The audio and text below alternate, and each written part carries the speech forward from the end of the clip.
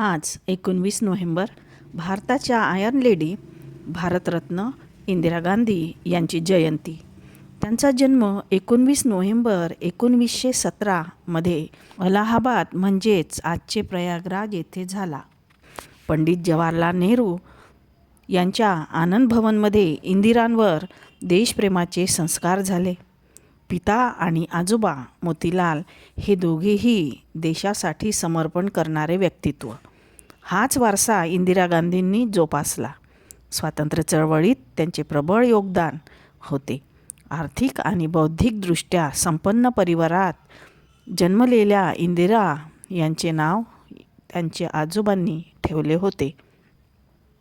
त्यांच्या व्यक्तित्व विकासात त्यांची आई कमला नेहरू यांचे योगदानसुद्धा लक्षात ठेवावे लागेल. कांती लक्ष्मी शोभा असे हे नाव महान व्यक्तिमत्व या देशाला पंतप्रधान म्हणून लाभले हे आपल्या देशाचे अहोभाग्यच.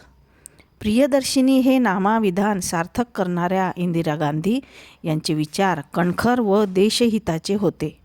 देशाला मजबूत करण्यासाठी एखादा निर्णय घेताना त्यांनी सर्वप्रथम देशहिताचाच विचार केला.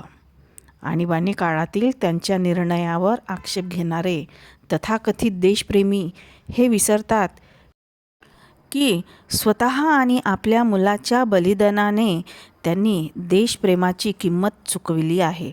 तत्कालीन परिस्थितीनुरूप देशाची अर्थव्यवस्था, प्रशासकीय व्यवस्था कुशलतेने हाताळणाऱ्या पंतप्रधान म्हणून इतिहास यांच्या नावाची नोंद अवश्य ठेवेल.